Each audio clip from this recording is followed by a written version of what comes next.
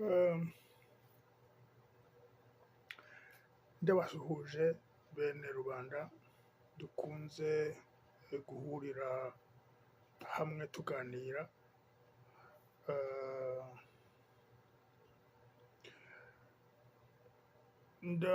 uyu munsi naje nshaka ko tuganira ku bintu bibiri.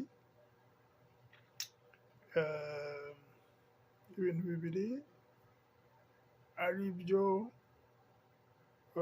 nshaka gusubiza ibibazo cyangwa se ngatanga precision ku byo nabashijwe. Hari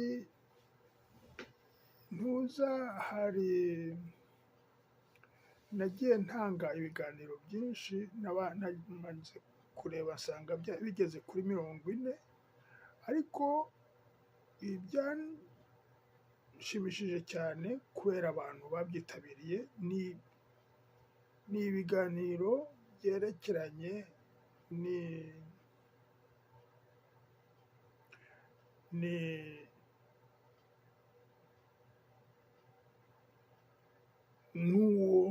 n'urupfu rw'umupfu.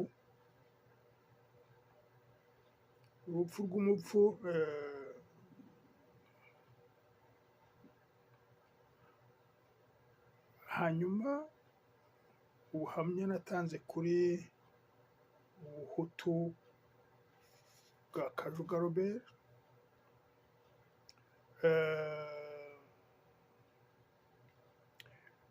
Bon, iyo nimbirangiza ndashaka ko tuganira ku ibintu aho bigeze mu ntambara ibera mu burasirazuba bwa Kongo. Birimo biragenda, buri munsi haragenda haza agashya, ariko uko numvise abantu bagenda babitanga basa naho ako gashya baba batakabonye, cyangwa se bakabonye ntikagire icyo kababwira. Ndashaka rero kugira ngo binyujije mu madarubindi yanjye, mbirebeye mu madarubindi yanjye, mbitekerezaho iki.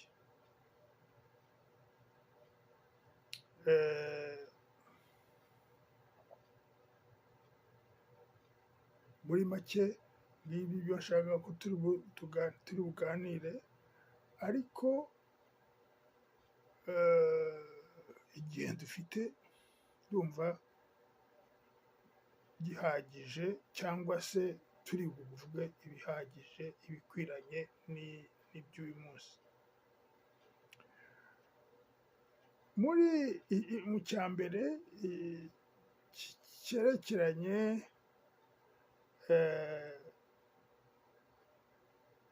n'ubuhamya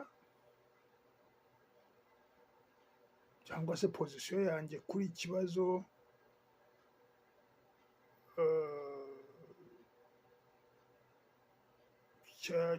kinita urupfu rw'umupfu. Ndabanza gushimira abantu ukuntu baza bitabira muri iyi minsi ya nyuma. Ariko ikintangaza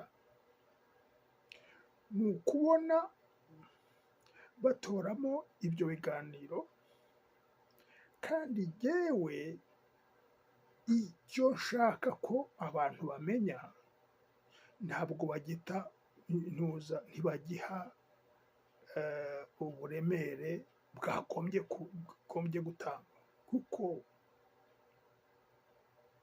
kubabwira gusa ngo kanaka ni umuhutu, ni umututsi, ni umutwa, kanaka yarapfuye cyangwa ntiyapfuye, ku buzima bwawe bikumariye iki, bikongereraho iki?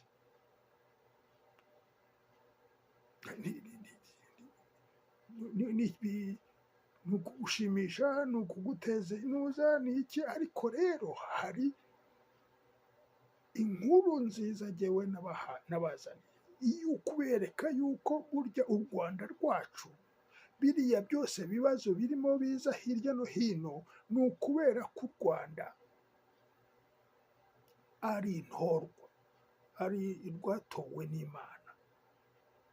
Harimo amashyari, harimo guhumya abantu nkana kugira ngo abantu be kumenya ukuri, ahubwo bagendere mu kigare kizabaroha muri Nyabarongo. Kandi igihe cyari kigeze bamaze kumenya uko kuri, wa mugani wa wundi ati ukuri k'ukuri, uko kuri bamaze kukumenya bakwitwara nk'uko bagombaga kugira ngo bazashobore kugera hahandi, kuko harimo amasezerano ku muntu witwaye neza, kuko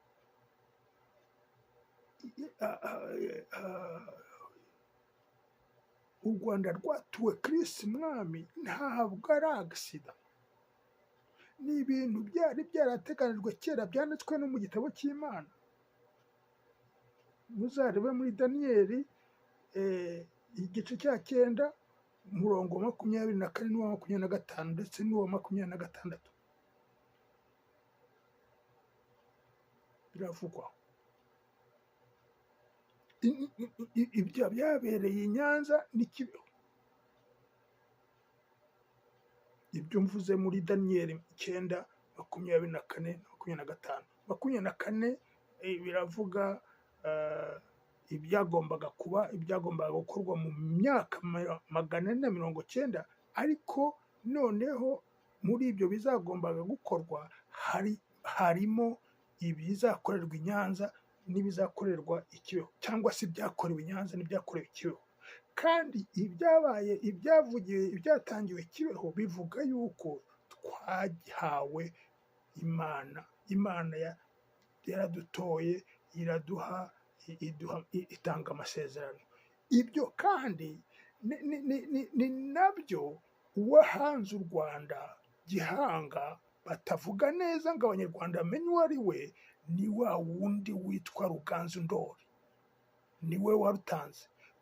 Rudahigwa aravuga ati ni mwebwe mwahanze u Rwanda muruha abarutwara kugira ngo bakore ibyo bagombaga gukora, ariko nta n'umwe wigeze abikora. Ingaruka zabyo ni izihe? Zo kwanga gukora ibyo bahawe. Ingaruka zo kwanga gukora ibyo Rudahigwa yasabye yahawe, nibyo byatumye abantu bangara. None muri iki gihe ndimo nababwira nti u Rwanda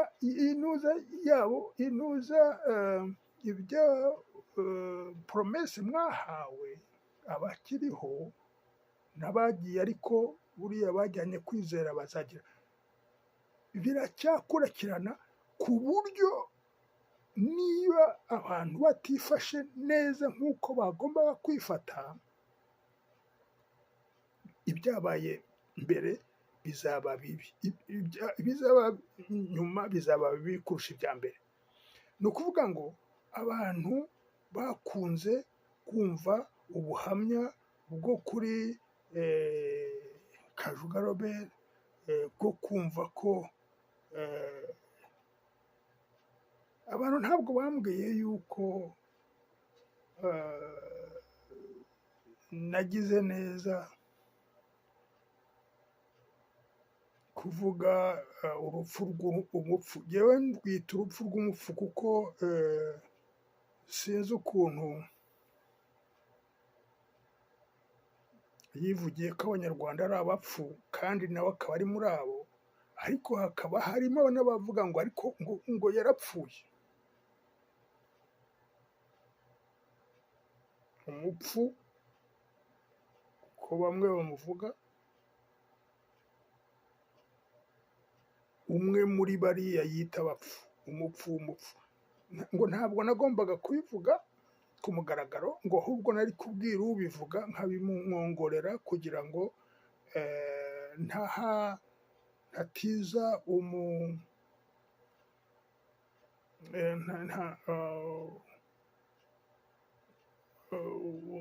niba ari umudiho niba ari iki abo barwanya.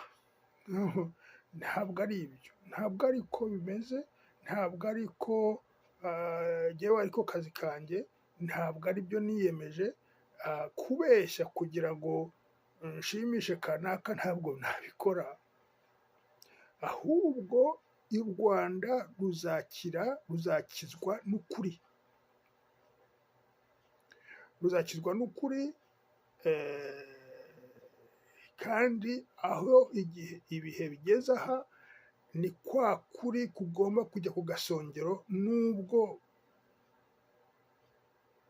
kagomba kuvuga kaba kabaratangiwe munsi y'igitanda. Iki gihe nicyo kiranga ukuri, kuko nitukomeza kubeshyabeshya ntacyo dutandukaniraho n'abandi, nabo biyemeje nabo gukorera shitani. Kubeshya ni intuza, ni icyerekana y'uko uwa shitani. Ntabwo ari aho ndi, ntabwo nkora politiki, ndanayisuzugura kubera ko abibwira ngo politiki ngo ni ikintu intuza. Politiki iyo uko bayumva n'uko bayikora biratandukanye. Hari n'abayikora gutyo kubera ko ariko bayumva, ariko ibyo bakora ni ibinyoma gusa. Ibyo bakora ibinyoma ni shitani bibakoresha. Ntushobora gukiza u Rwanda uri mu nzira ya shitani.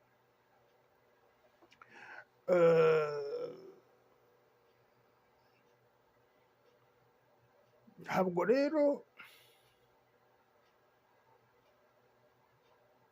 ukuri kugomba, barababwiye ngo ukuri kose ntikugomba ukora mu bantu bashaka kwiba abandi, kwikubira intuza, ntibashaka kujya ahagaragara, kuko abantu bamenya ibyo bakora, noneho bakabakora ku ntebe. Ukuri kose kuvuzwe kwatuma abantu birinda gukora amakosa.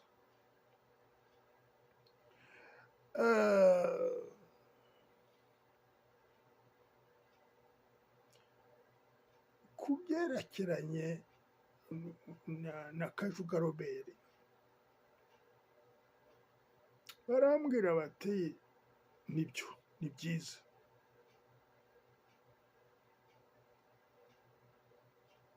uriya mugabo arimo yagombaga gushyirwa ahagaragara, ariko bisa naho yarangije akazi ke, baramubikira. Ubusanzwe siko abandi babagenza, iyo bamuziho ibintu nka biriya, utuntu twose baba baradutwaye, baraduteje cyamunara, baratugize ibintu byabo n'ibiki, baragurishije n'ibiki, ariko uwo muntu yarabuze. Ntabwo nshinzwe kumenya amaherezo ye, ariko bakambwira bati kuki utabivuze hakiri kare? Ikibazo ni cyiza, kuki ntabivuze hakiri kare? Ariko si yo umbwira ngo hakiri kare, kare ni ryari?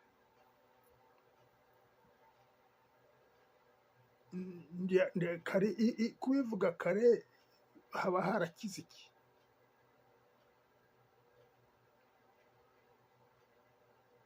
ikindi ni uko kuvugisha ukuri ni kwica umutumirano.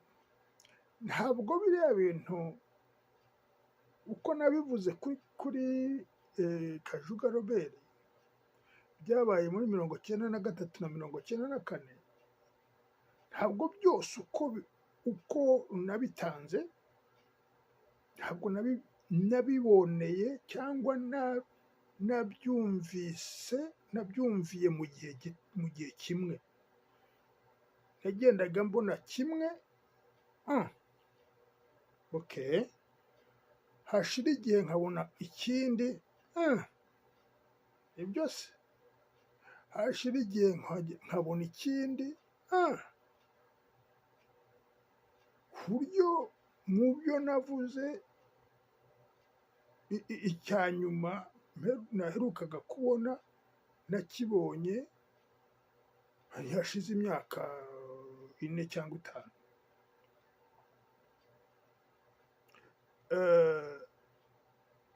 Ntabwo niyo nza kubibona kera, kandi ubu ngubu ndabivugira kuri shene yanjye Zefani Semahoro, ariko barayere hari nigeze kumva umuntu abaza ati ntabwo nari nzi ko yitwa, yewe nari nzi ko yitwa Zefani Byiringiro, none ngiye kubona mbona ni Zefani Semahoro. Zefani Semahoro ni nko kuvuga papa Mahoro, umwana witwa Mahoro, aroro undi Semahoro. Ariko kandi nujya muri analize y'amazina n'ibiki byose, uzasanga Sema ni irya data, ariko kandi rikajyana no mu bakurambere, rikerekana aho abakurambere banjye baturutse ba kera.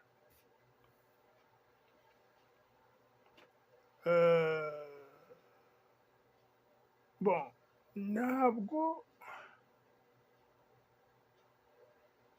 ibyo byose nabiboneye icyarimwe, kuko ndatanga nk'urugero,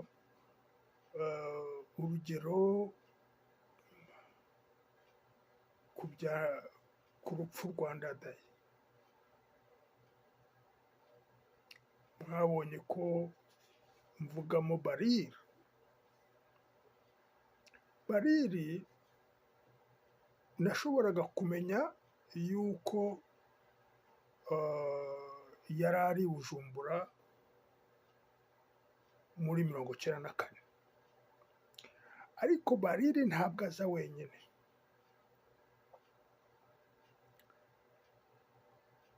Bariri ari kumwe na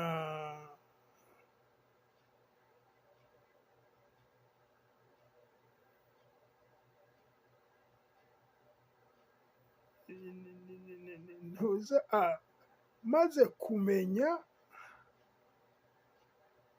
kubona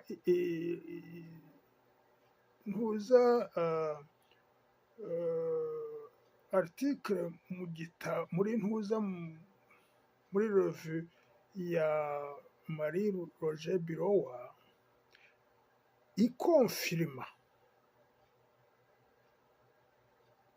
ibyo, kuko jyewe namenye yuko Bariri yari ari i Bujumbura muri icyo gihe, ariko ibyo yavuze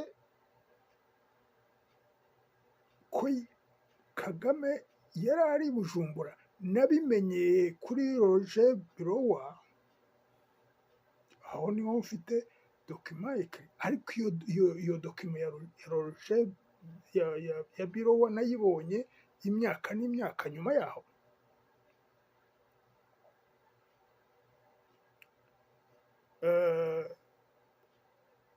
Urumva, kugira ngo menye neza ibintu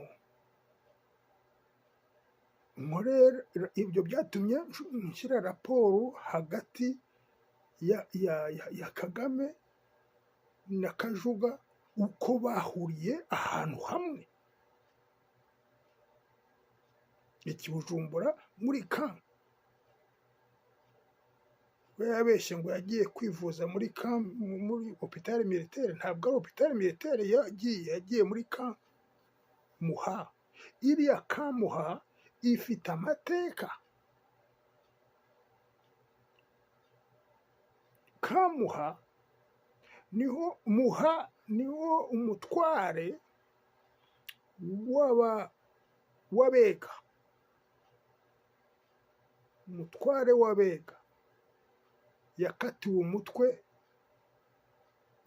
Yari yagizwe umushefu sheferi do Muha, noneho yigira ruwayome, ahimba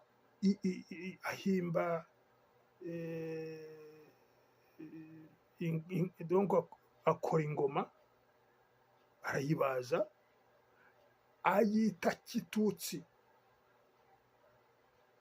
Noneho uwari wamugize umushefu ari we umwami Rusatsi, yohereza ingabo zo kujya kumuvanayo, yo kumwica. Noneho baramwica, umutwe we bawujugunya mu mugezi wa Rusumo. Noneho muri ntuza iyo kamp Muha ifite amateka ajyana n'iyo Muha. Niho biciye Ndadaye, babuze Rusatsi bica Ndadaye uko ari bamwe, bamukase umutwe. Ndadaye ntawuzi uko bamwishe, kandi bimaze ubute niwe bavuga ngo bamujugunye mu mugezi wa Ndahangwa hari i Bujumbura. Hashobora no kuba ari Ndadaye bajugunyemo, nk'uko Rusatsi, abasoda ba Rusatsi bakoze ba Rusatsi baciye umutwe sekuru w'Abatutsi wari waragize ingoma ye yari yayise Kitutsi, bamujugunya muri Rusumo.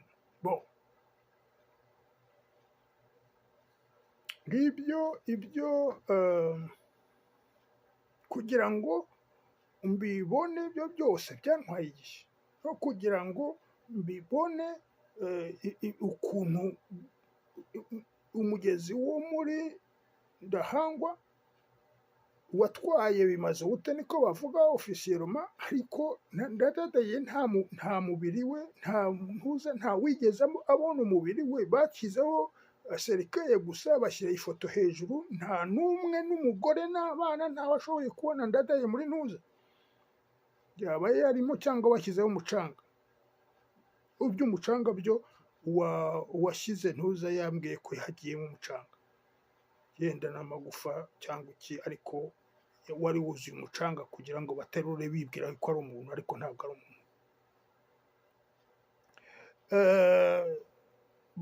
Ntabwo rero natinze kubitanga, ahubwo byagiye biza buhoro buhoro.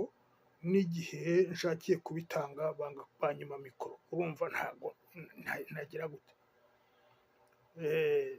Urumva muri kiriya kiganiro ntibabivuga, kandi jyewe mbona ari ingenzi. Navuze ukuntu Kajuga Robert yakijije Abatutsi, noneho abana basigaye bakizwa n'umuntu ni famiye. Iyi famiye yabakiriye mu nzu yabo, akabagaburira, bakabaha ibintu, bakagira gute. Inkotanyi zabagera hafi aho ngaho, ba bandi bakava muri ya nzu bagatoroka bakigendera, ariko abo babitse bakabasigira inzu, bakabasigira ibirimo byose n'ibiki byose, bo bakagenda. Abo bantu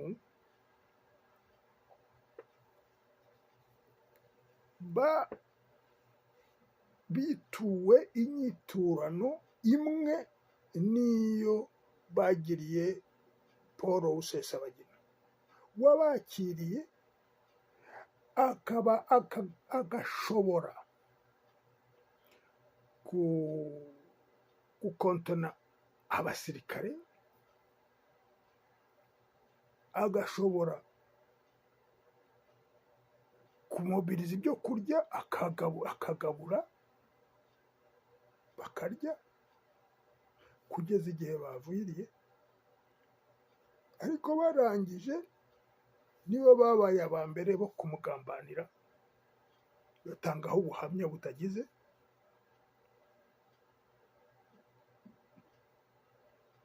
ngo byaraho naho afatwa nk'umwanzi w'igihugu, arafungwa.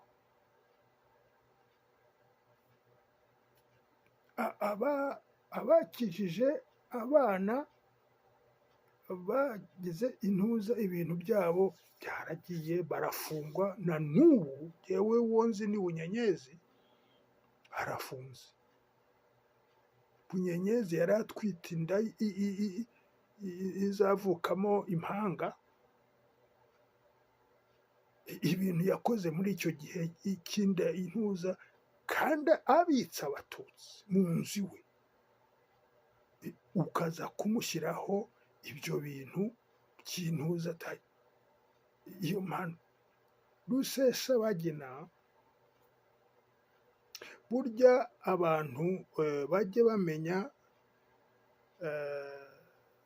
uko Imana ikora. Nababwiye ko nakoze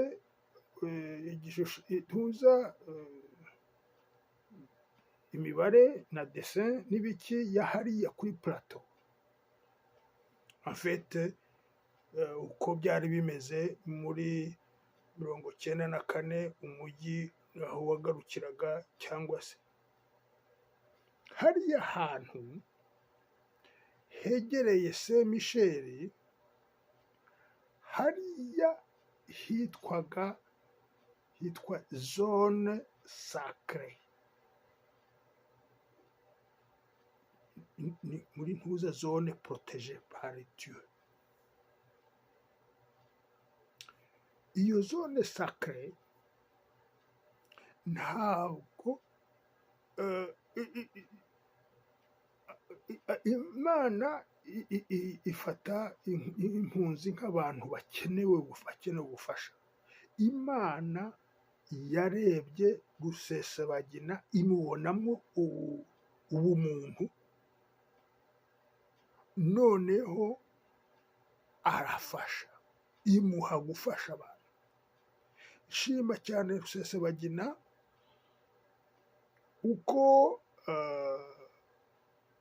bazamuye filime, bayikora bayigira gute, berekana ko ari hero, intwari igize gute. We agiye kwandika igitabo yiyita ngo ni umuntu ordinaire. Uko kwicisha bugufi, umuntu ordinaire, kandi abandi bamubonamo intwari ku isi yose, umuntu washoboye gukiza abantu, gutanga ntuza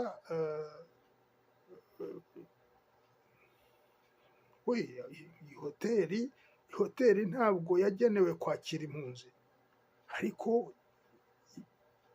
ba nyirayo barayiretse, barigendera, asigara aho ngaho, kandi azi ko ubuzima bwe buri andanje, azi yuko za katiyusha zirwa ziterwa zigira gute, azi yuko no ku rundi ruhande abasirikare bazaho bagira gute. Aremera, arahangana, ariko yita un ordinary man, un homme ordinaire. Aho ngaho herekana yuko uriya muntu yari ari muri misiyo y'Imana itandukanye na misiyo y'abarimo bamurwanya. Umuntu wese urwanya umuntu nka Rusesabagina arakorera shitani, kandi iyo ibintu bijya ahagaragara bigakomeza bikajya ahagaragara nawe agakomeza agahangana, burya aba arimo yiyambura ibyo yambaye, yiyerekana ubusa bwe. Ni bwa bupfu ushobora gushaka guharabika, gutoteza, gufunga, gutorutura, kwiba umuntu, kugira kidena ku muntu, kandi we yarakoze ibintu by'umuntu avuga ati ni iby'umuntu usanzwe, ati nakoze ibyo nabonaga nakora, kuko ntabwo yashyize intambara mu Rwanda, ntabwo yarwanya intambara y'abahutu n'abatutsi, no. Umuntu wese wamujeho yasohotse ajya aho ashaka, onoro sud, ntuza, ntacyo abaye mu gihe cy'intambara. Ibyo waba waratanze byose, hari abagumye mu mazu yabo harya mu Kiyovu bashoboraga gutanga amafaranga bagakira. Ndatanga urugero nk'umuntu witwa Maharangari Augustin, wari Directeur General wa BRD, yari atuye harya hepfo mu Kiyovu hafi ya Hotel Kiyovu.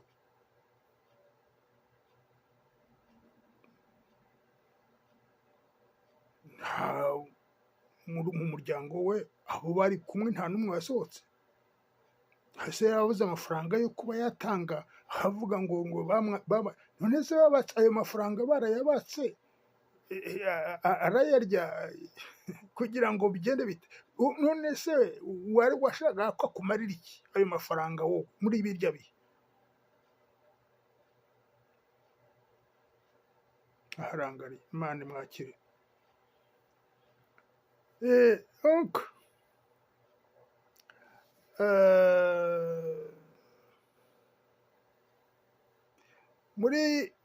muri ibyo nerekanye urupfu rwa Habyarimana,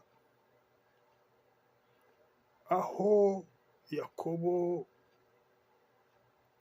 araga abana be, ukuntu yari ingamije kugira ngo mbereke yuko ari Kagame, ari Habyarimana, bose ni ab'umuryango umwe, bose ise ubagira n'umwe, ntabwo ari etini zitandukanye, n'abantu birya bya etini n'ibi plaque babashyiraho, ntabwo biri mu maraso, ni ibintu byometswe, ariko abanyarwanda ni bene mugabo umwe. Burya iyo nimureba neza, abafite Bible zanyu muzasome, mukurikije uriya kiriya gice natanze cyo muri Geneze 49 umurongo wa 16 kugeza umurongo wa 16 kugeza kwa 18. Ariko muri Izayi 14, aha ndashaka kubabwira ibyandadaye. 14 ku murongo wa 29, Izayi yaranditse ngo ne te réjouis pas, pays des Philistins, de ce que soit rompu le bâton qui te frappait, car de la race du serpent naîtra un aspic, et son fruit sera un dragon volant. Nimwongera donc nimureba neza biriya Yakobo yabwiye Dani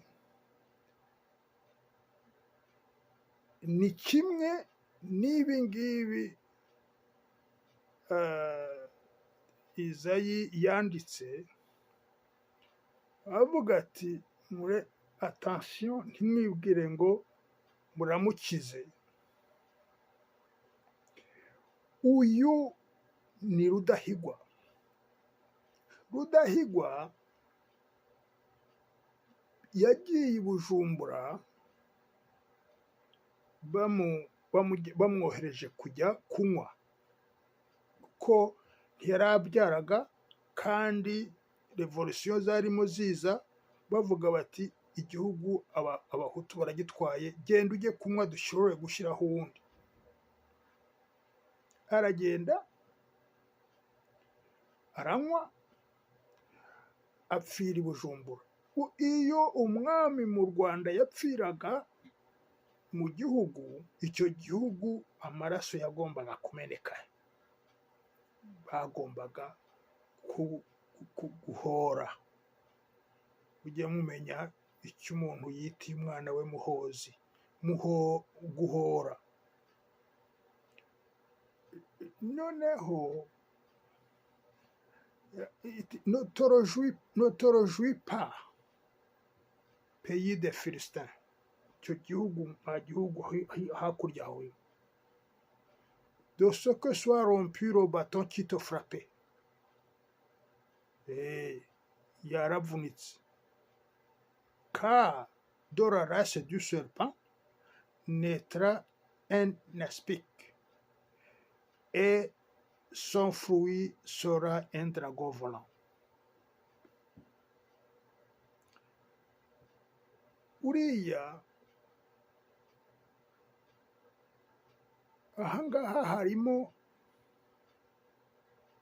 le dragon volant. Mwibuke yuko na Habyarimana ariyo yamwishe. I Burundi mwibuke ko Umurundi, perezida w'u Burundi nawe yishwe n'iyo, ariko hari un aspect, hari un serpent sur le sentier. Un serpent sur le sentier niyo yagiye itwara Ndadaye imuvana mu nzu imujyana muri Kamuha. Iyo serpent ntabwo ari iyindi, ifitanye isano na Rudahigwa, ni uwo mu muryango. Muzarebe neza uwo muntu wo mu muryango kwa Rudahigwa wishe Ndadaye. Mushobora gushaka hirya no hino, ariko igitabo kirimo kirabibereka. Uwishe Ndadaye ari muri ntuza, muri la race yo kwa Rudahigwa. Kwiganzura, vengeance iyo irahari mu mateka y'u Rwanda. Nimushaka mujyane no muri Congo, kuko burya muri Congo haguyeyo umwami w'u Rwanda. Umwami w'u Rwanda ntabwo Abanyarwanda cyane cyane b'ibwami bigeze bishimira yuko umwami Yuhi Musinga apfira Gahanga. nubwo bavuga ngo ni ubutaka bashaka ariko ntabwo babivuga ukundi. Musinga yaguye ku butaka bwa Kongo, amategeko agenga bariya avuga yuko bagomba kwihimura, niko c'est le destin, niko bigomba kugenda, ariko ayo niyo mateka, niyo mwagomba kumenya ko amateka yacu yari ameze.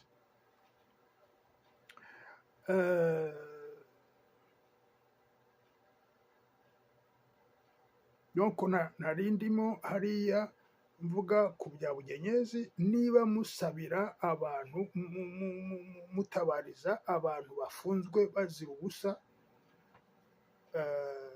Bunyenyezi arazira ubusa. Bunyenyezi yari umugore utwite, yari umugore wacumbikiye abantu. Ntabwo wacumbikira abantu noneho uhindukire uregwe jenoside yabo. Ibyo bintu ntabwo jenoside ari uko nguko igize systematique, ni killing machine. Iyo yakugezeho ntirobanura ngo uyu nguyu yaratwite cyangwa agize gute, no, ntabwo Bunyenyezi, kwa Bunyenyezi ntibari killing machine. Ikindi navugaga ni ibyo bya Rusesabagina, kuba inkuru yaragiye hanze kuriya yerekana akaboko k'Imana, kuba yarasohotse, kuba yaratotejwe yerekana abamutoteje ko bakorera shitani.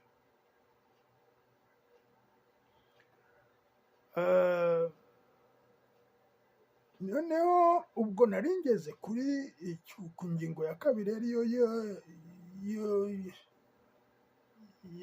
ya biriya byo muri Kongo. Ibintu byo muri Kongo birimo biragenda bifata intera, abantu barebe neza. Biriya bintu byo muri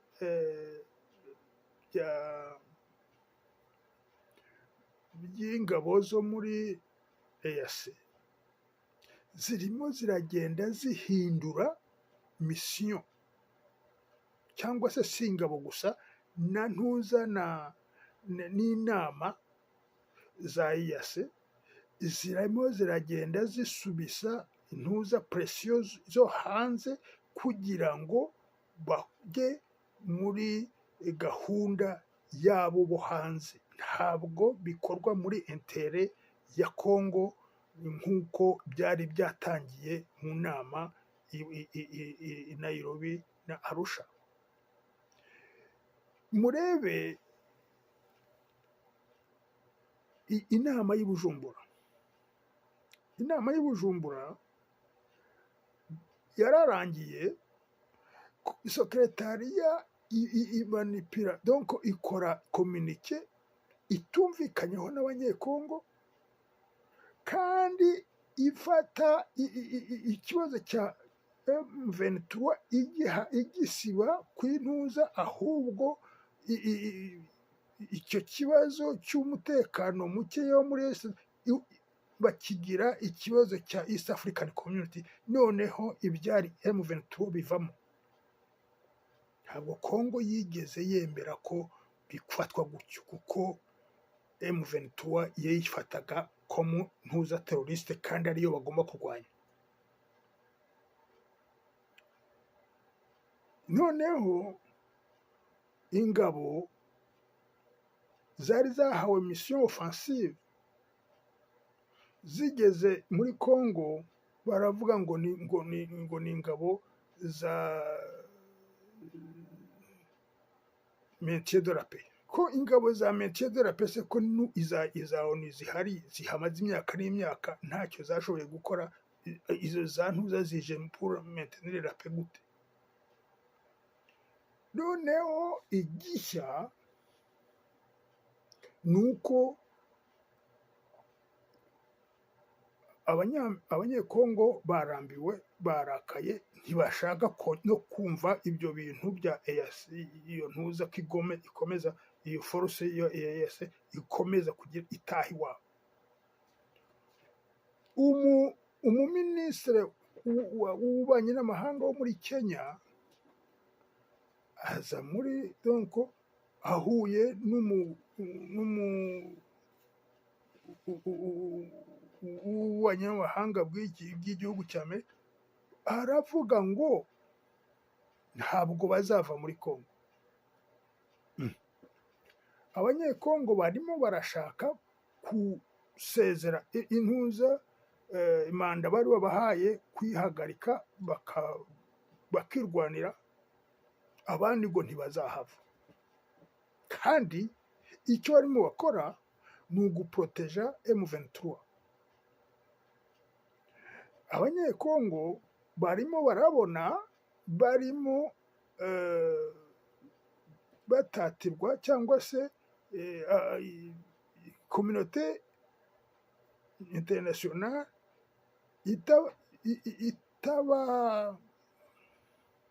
itabashishikajwe nuko icyo gihugu kiba agressé, kandi kiba Conseil de sécurité iravuga raporo zayo ngo u Rwanda rufasha M23 kandi nibo bari muri, ariko nta na hamwe iyo bagiye kuvuga ngo bafatira ibihano cyangwa bagire gute bakondane, no, hawe n'ibihugu byo muri East African Community ntawe ushaka ibihano, ntawe ushaka Kongo uko mbona irimo bibigenza, yifatiye inzira zo muri Rusiya n'izo muri Chine. Implication zabo ni izihe? Iyo yagiye muri Chine cyangwa na Rusiya, ni ukuvuga ngo yateye umugongo ba bandi bose banze kubafasha, bari barabafatiye ambargo, banga gukondana u Rwanda na M23, banga kugira ikintu na kimwe bakora, kandi igihugu kirimo kibura abaturage, bicwa, abandi bahunga, abandi gira gute. Noneho Kongo iti nta nubwo ari inabivuga, Abarusiya Abashinwa baravuga bati turabafasha, icyo mukenera cyose turabibaha. Kubera iki? Kubera ko les occidentaux bariya abo bita communauté internationale bo bishakira amabuye yo muri Kongo, bagashaka icyo gihugu kukigabanira, ntacyo abanyekongo bazungukiremo. Ibyo rero Abarusiya n'Abashinwa bati nimuze tuzabaha intwaro, tuzabaha ibyo mushaka, ariko ibindi tuzabyumvikanaho ku buryo buri muntu wese yunguka. Ibyo rero bivuze yuko kuzana Rusiya n'Abashinwa hariya, iyo Abarusiya n'Abashinwa baje na South Africa irazamo, ubwo n'ibindi bya BRICS bikaza, ibisigaye biriya byose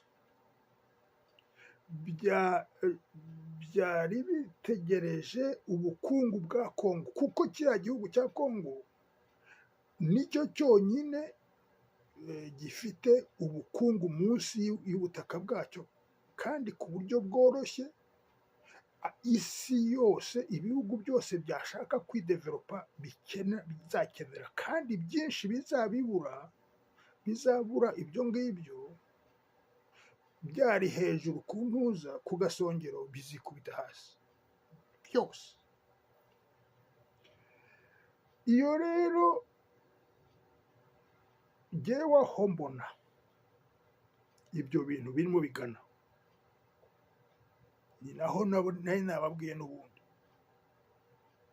ntabwo ibihugu by'uburengerazuba bizemera yuko biriya bihugu by'iburasirazuba bizaza gutwara intuza minere zo muri Congo kandi zari zibifite kuri ntuza. Bizarwana nk'uko Ukraine na Rusiya bimaze igihe birwana, bizarwanira muri Congo, abazatsinda abandi nibo bazatwara igihugu, minere n'ibiki byose. Muri abo bose ntabwo u Rwanda rurimo. Ruzashyigikirwa yenda, ariko abagombaga kubushyigikira ubu bishyigikiriye Kenya, donc barimo barashaka kunyura muri Kenya kuko declaration ya ministre des affaires étrangères w'abanyakenya yayivuze ari kumwe n'uw'abanyamerika. Ntabwo u Rwanda ruri muri ntuza muri equation muri ibi ngibi bagiye kugira, ahubwo ndatekereza ko na Uganda ishobora gufatanya iyo nzira na Congo, kuko nayo ifite intérêt yo gukorana n'Abarusiya n'Abashinwa kurusha uko yakorana, ifite intérêt. Donc ni ukuvuga ngo kariya karere kacu byanze bikunze karimo intambara, kandi iyo ntambara nimureba neza muzasanga mugiye mu byahishuwe, mugiye muri za ntuza zagize, jyewe aho nakunze kuvuga intuza natangaje yuko Bikira Mariya we y'ubwe kabiri mwumva muri aparisiyo nagiye muravuze ati mwanze kumva ibyabereye, gukura amasomo mu byabereye i Kibeho, ibyavugiwe i Kibeho, ibyabereye mu Rwanda, mwanga kumva ibyavugiwe i Fatima, ibyabaye nyuma ya Fatima, conséquence ni deuxième guerre mondiale. Ibizaba nyuma bizaba bibi kurushaho, kandi ku isi yose. Ibyo bibi kurushaho kandi ku isi yose nibyo bizabera muri kariya karere. Musome Izayi igice cya 10 umurongo wa 23 cyangwa hafi aho ngaho. Intambara izabera kuri intuza hariya centre de l'Afrique. Bo igihe mbona kinjyanye, narangiza mbabwira ngo ibibazo by'iwacu birimo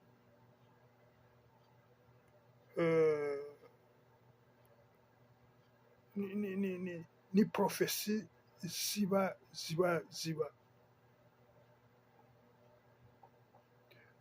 kugira ngo ushobore kugira icyo ukuramo, ugomba kwemera gukurikira iby'Imana, kuko nudakurikira mu by'Imana uzamera nka bya bandi baguye u Rwanda rwose rwaragize, ariko twari twaraburiwe. Ni dusubire inyuma dushake ubutumwa bwatangiwe i Kibeho, bwahawe abana b'i Kibeho. Iyi ni inama nabagira kandi yabagiriwe n'ab'ijuru. Mwe kwishinga ibyo abayobozi ba kiliziya bababwira, kuko abayobozi ba kiliziya ibyo bavuze ntabwo bihuye n'ibyo bari barahawe mu mabonekerwa, ntabwo bihuye na gato. Ntabwo bigeze bavuga yuko Yezu yaje i Kibeho, kandi ibyo ni byo bibi cyane kurusha n'ibindi byose. Mwibuke i Yerusalemu Yezu avuga ati yaba mwari muzi umunsi mwasuriweho, ariko kubera ko mutawumenye muzagira. Harashize imyaka 40 Yerusalemu irahanagurwa. Ntabwo bigeze babona yuko Yezu na Bikira Mariya bari kumwe. Maze iminsi njya mu mabonekerwa muri Ohio, harimo ibitabo byinshi byanditswe muri mesaje zatanzwe.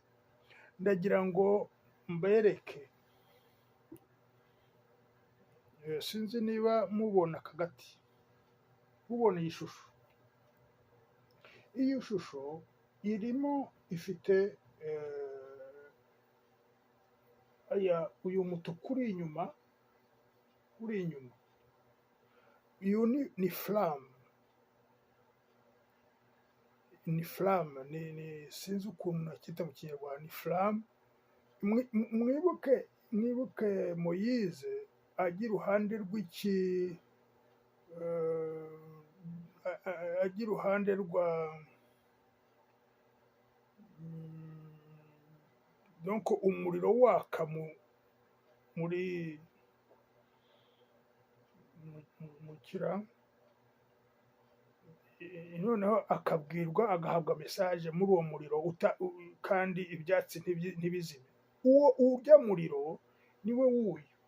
Urya muriro wagiraga kuri gihe cya Moyize n'uw'Imana. Le cœur, dore ni umutima, le cœur du Père éternel.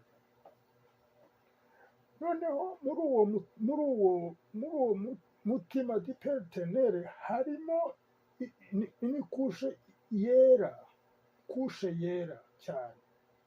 Iyi kushe yera iri mu mutima du Père éternel w'umuriro ni ya Roho Mutagatifu. Ariko indani nanone harimo umutima wa Yezu Kristo. Aya ni amahwa ari donc akikije. Noneho uyu ni flamme ivuye mu mutima wa Yezu Kristo. Donc Imana, Saint Esprit, Yezu Kristo. Indani harimo nanone umutima. Noneho mukabona inkota itewe muri uyu mutima. Uyu mutima ni uwa Bikira Mariya. Mwibuke cya gihe kwa Simoni ambwira ati inkota izagucumita muri ntuze. Donc iyi nkota iri muri uyu mutima uri ndani ni uwa Bikira Mariya. Bivuze iki? Bivuze yuko Bikira Mariya na Yezu bari kumwe, barafatanye, bafatanijwe n'iriya lumière ya Saint Esprit ibubonekera, ituma iba donc ishongesha muri cœur du Père éternel wa Père éternel, donc umutima donc iriya ntuza ni nk'upata, ni pata n'urugi ntibishobora gutandukana. Ahantu hose hari Saint Esprit, ahantu hose Bikira Mariya wumvise ngo arahari, na Yezu arahari, n'Imana irahari, Saint Esprit irahari, byose biri kumwe. Iyi ni message irimo itangwa muri iki gihe. Ariko nujya ahantu ukavuga ngo jyewe ngo ntabwo ntiwemera ibyo udashobora kugira n'icyo uhinduraho. Bikira Mariya na Yezu umutima ni umwe, ni umwe, kandi le Saint Esprit niwe uhuza, uba wigira ntuza. Ibi bintu nitutabifata ngo tubyiteho, ushobora kuvuga ngo jyewe nemera Yezu ariko sinemera Bikira Mariya. Ntacyo uba ukoze, uba urimo wikondana, ntabwo donc ibintu byapfunditswe na Saint Esprit na Yezu n'Imana ntushobora kubitandukanya. Ni ukuvuga ngo ukubeshya ko ari Yezu na shitani ishobora kwigira Yezu.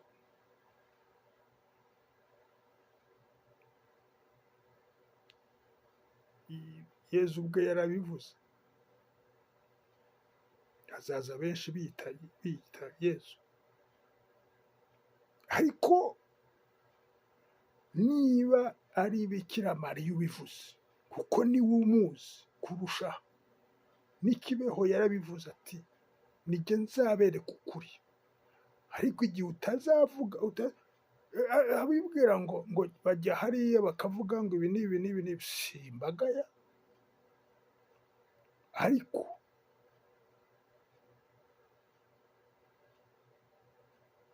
il y a des faux Christ bari hanze cyane.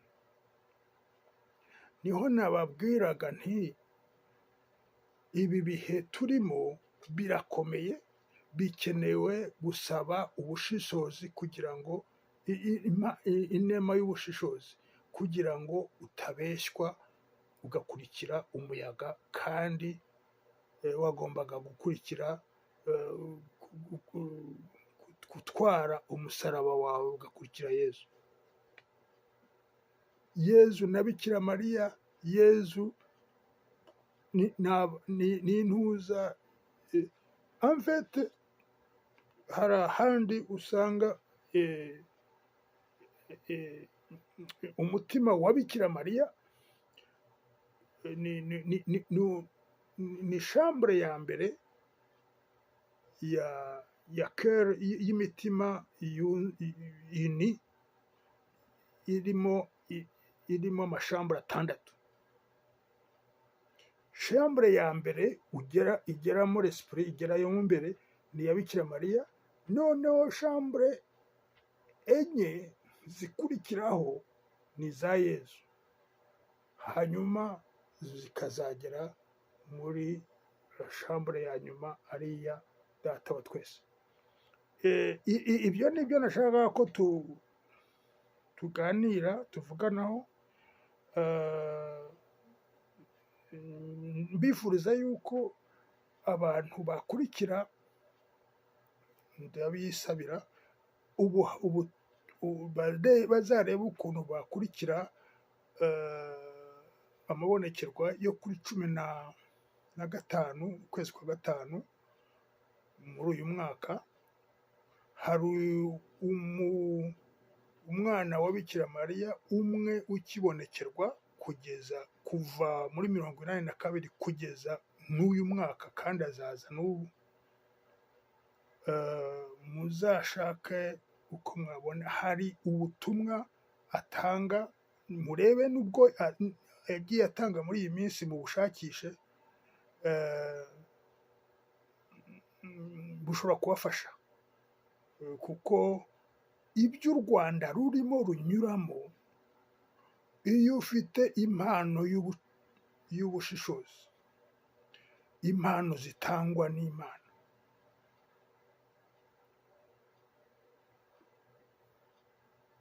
ugenda umenya ubona uti ariko ibi ngibi koko ibi twarabibwiwe, ibi turabibona, ibi ngibi biratubwira ibi ngibi n'ibi.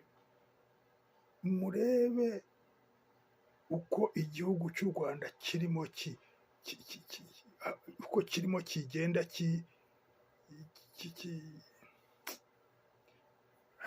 ibihugu bya gitaye, abari inshuti zacyo baragenda bavuga bati uramenye. Kwa kundi kujya hejuru mu birere, kwerekana ko wari uwa mbere muri byose, muri Afurika no ku isi, uwa mbere muri Afurika, hafi aho ngaho ku isi, ibindi byose barimo barabinyuzaho, donc barabirenza intuza amaziru. Niko les géants tombent, les baobabs tombent. Kwishyira hejuru cyane, kwigira igitangaza, uko uzagwa usandara, zakubita intuza usandara, birateganijwe. Mu ijambo Bikira Mariya avuga yabonekewe na Gaburiyeli, arabivuga, kandi nibyo birimo biba, kandi nibyo bizabamara. Ndabashimye, kandi nizeye yuko